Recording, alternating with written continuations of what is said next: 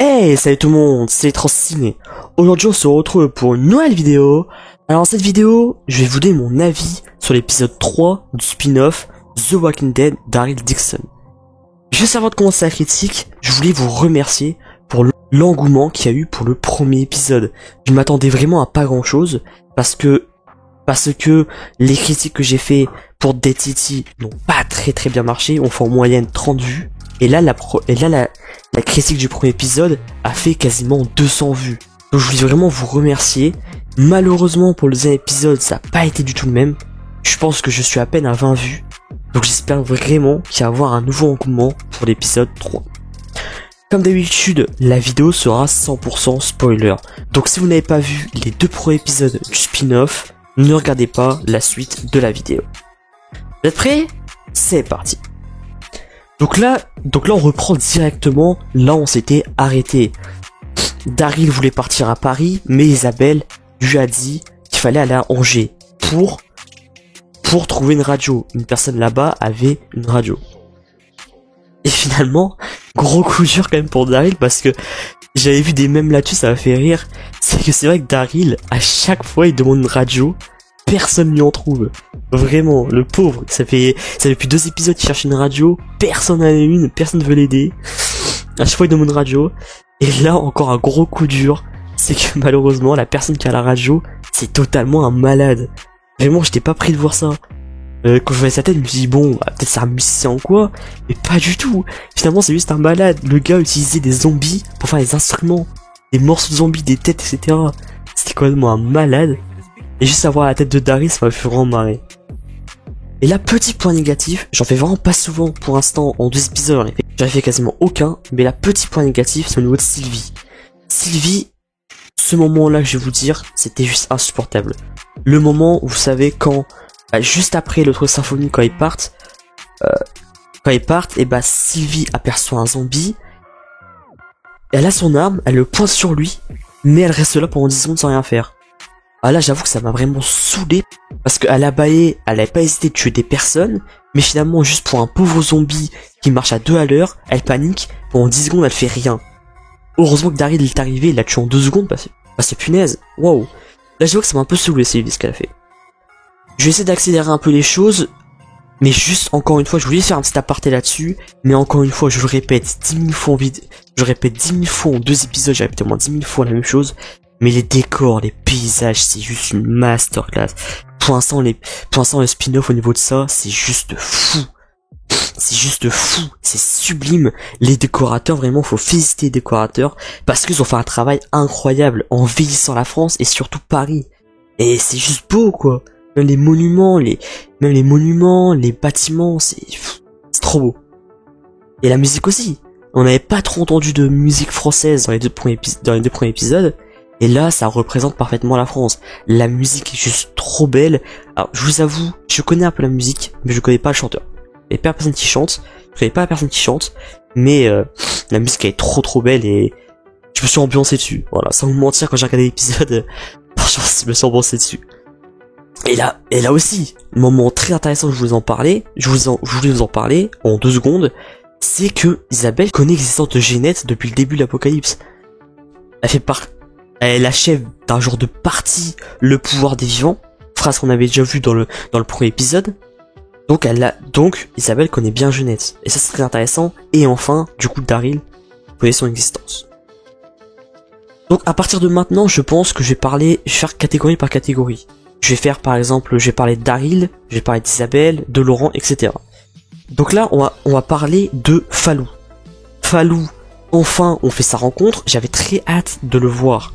Dans les teasers, etc., il me donnait vraiment envie parce que j'ai l'impression que c'est un genre de personnage qui est cool, qui fait des blagues, qui est toujours souriant. Bah là, c'est exactement ce qu'on a.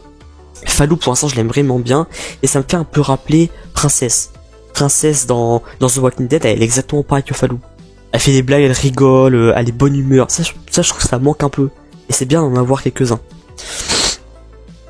Et du coup, Fallou est aussi super intéressant parce qu'il a beaucoup d'informateurs. Et ça c'est bien. Et il connaît très bien Paris, il connaît tous les coins. Avec lui, on a visité du coup les catacombes de Paris, c'était très beau aussi. Et ouais, comme j'ai dit, il a beaucoup de contexte et ça fait vraiment plaisir. Et ça peut vraiment aider. Et j'espère du coup qu'on va le revoir dans les prochains épisodes avec un peu plus de temps d'écran. Parce que là, il a peut-être duré 5 minutes. On espère que ça va être plus longtemps. Donc j'ai fini de parler de Falou. Maintenant, on va parler Antoine, je lui parle vite fait parce qu'on a vu à l'écran en 2 minutes, même pas. Je crois que c'est genre 1 minute 50, un truc comme ça. Il est incarné par Dominique Pinon. Et ça vraiment, Dominique Pinon, je l'adore. Il a joué notamment dans Disconnect, je sais pas si vous connaissez. Mais cet acteur-là est vraiment exceptionnel. Il a joué aussi dans Alien 4 je crois.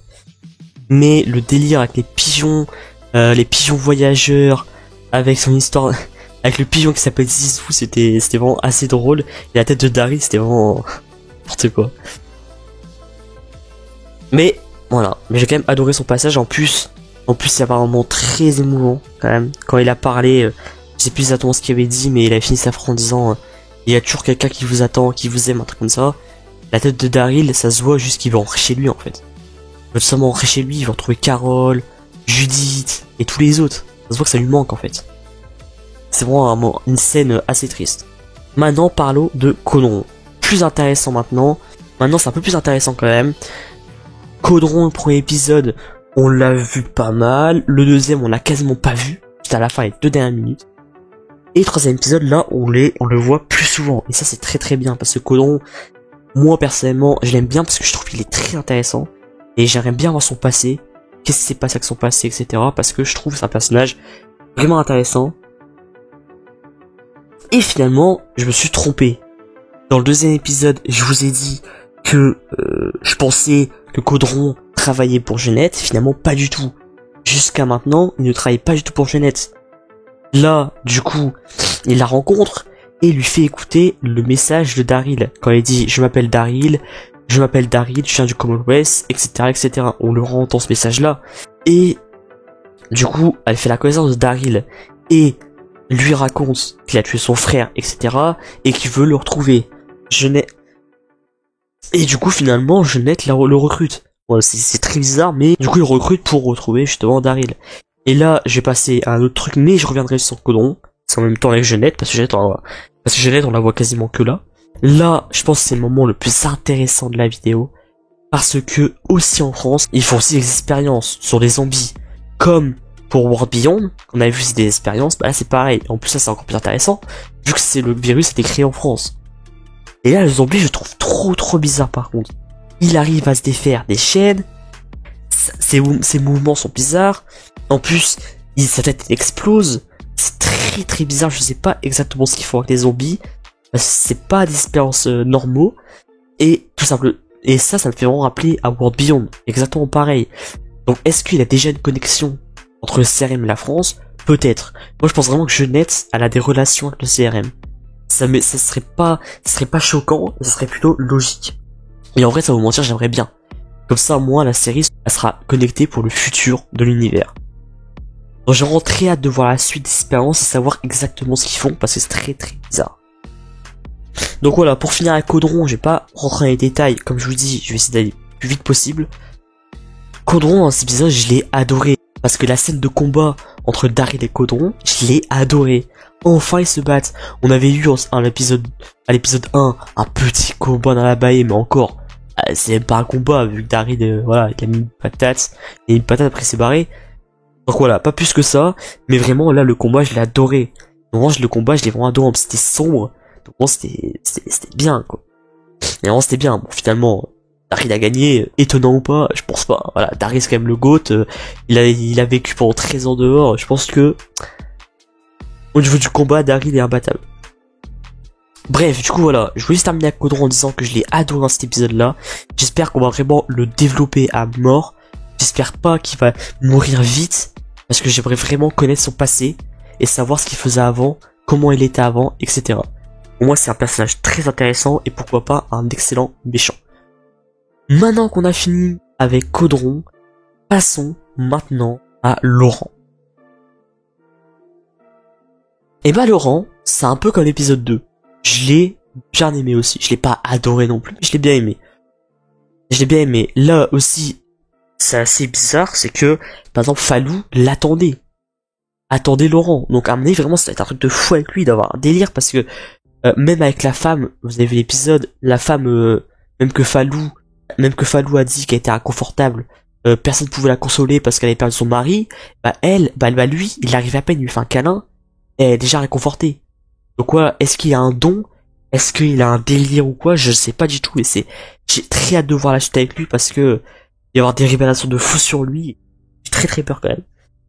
Parce que si vraiment il est immunisé, c'est lui la clé.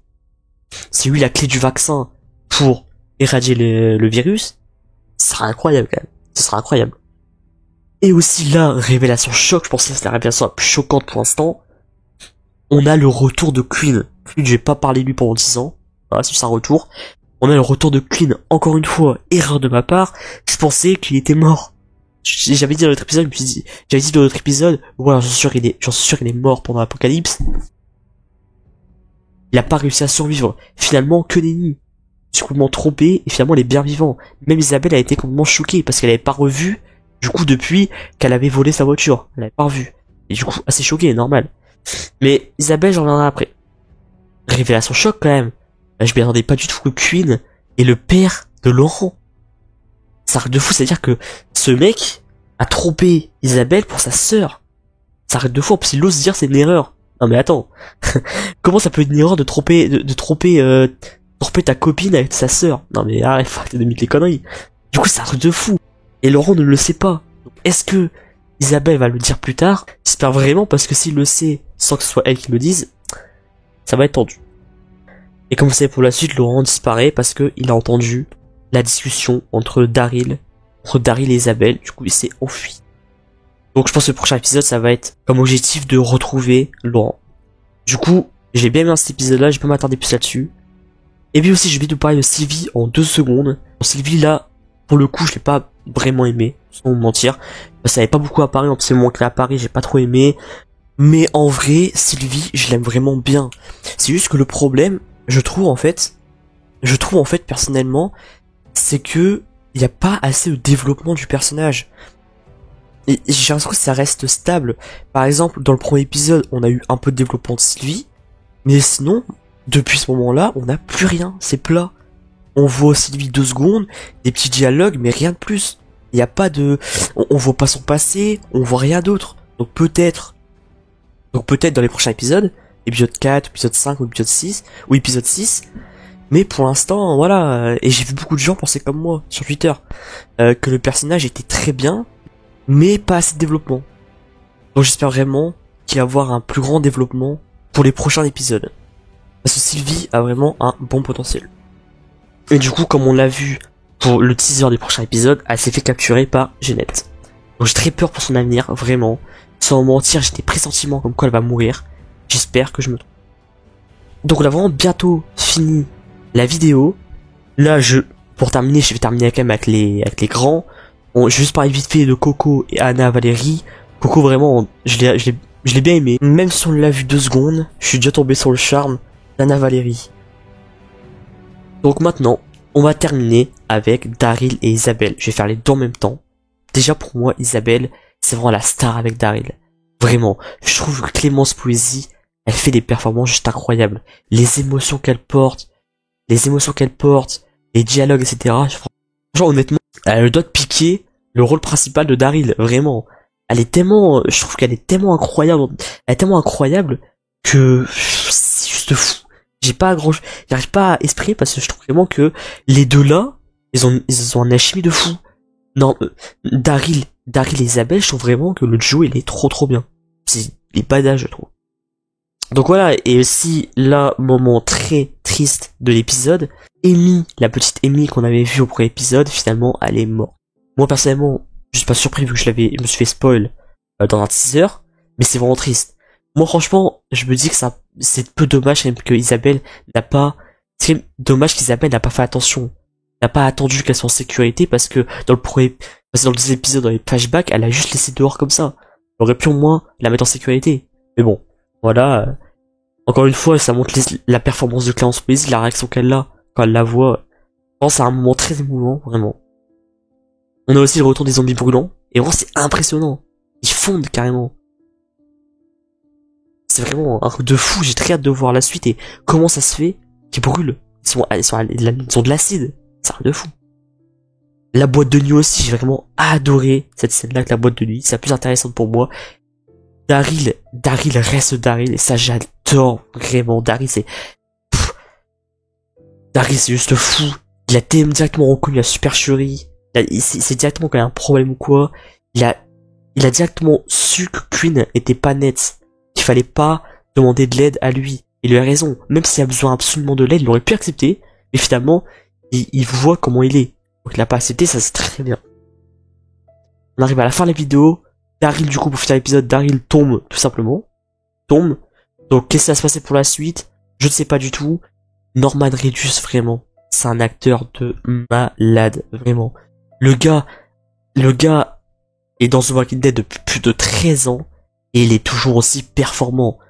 Que ce soit dans The Walking Dead ou Daryl Dixon, c'est juste fou. Il arrive à toujours nous capter autant qu'avant.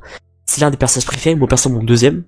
En première série qui a précédé Daryl, mais c'est pour beaucoup l'un des meilleurs personnages de la série pour beaucoup de monde. Déjà, je pense que pour 100% des gens, c'est top 5 minimum. C'est top 5 minimum, donc c'est vraiment incroyable. Du coup voilà, c'est la fin de la critique, j'espère vraiment qu'elle vous a plu. N'hésitez pas à me dire dans les commentaires ce que vous avez pensé de cet épisode et la note que vous mettrez sur 10. Moi personnellement, je mettrai un bon 8,5 sur 10 parce que oui, l'épisode ne dépasse pas non plus l'épisode 2, parce que pour l'épisode 2, il est parfait. Mais l'épisode 3 est aussi excellent. Encore une fois, je répète, pour l'instant, c'est un sans faute pour le speed-off. Et je pense vraiment que ça va être un sans faute pour toute la saison. Il n'y a aucun personnage que je déteste vraiment. Voilà, les personnages, la musique, les dialogues, le scénario, tout. Pour l'instant, j'ai vraiment tout. N'hésitez pas à me dire dans les commentaires si vous aussi, vous aimez pour l'instant le spin-off. Donc voilà, n'hésitez pas à aller voir ma 5ème vidéo news de la semaine qui est sortie dimanche. J'ai fait aussi une vidéo analyse du trailer de Fear the Walking Dead saison 8B. Donc voilà, j'analyse le trailer image par image et c'est vraiment une vidéo très intéressante. Donc, si vous aimez Fear the Walking Dead, n'hésitez pas à aller la voir. N'oubliez pas de lâcher un like, de partager la vidéo pour le référencement et surtout, de vous abonner et d'activer la cloche de notification, ça vous prend 2 minutes. C'était Étrange Ciné, portez-vous bien, ciao ciao.